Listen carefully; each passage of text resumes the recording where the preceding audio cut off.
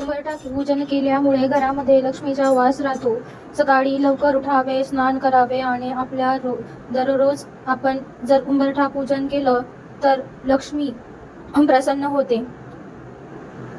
सुंदर असं आपण रांगोळी काढावी किंवा कुंकू किंवा हळदीची स्वस्तिक काढावी. तसंच उंबरठ्याला फुलं व्हायची आहे.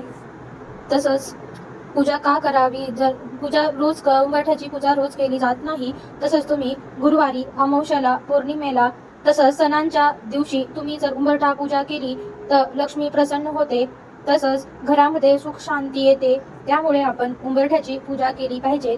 धूप दीप दाखवलं पाहिजे. यामुळे सुख शांती येते, मन प्रसन्न राहते. पूजा करताना उंबरठा खराब होणार नाही याची काळजी घ्यायची आहे. तसंच त्यावर धूप दीप लावायचं नाही. साईडला एखाद्या प्लेटमध्ये किंवा एखाद्या वेगळ्या फरशीच्या तुकड्यावर तुम्ही असं धूप दीप दाखवायचं आहे. उंबरठा खराब होणार नाही.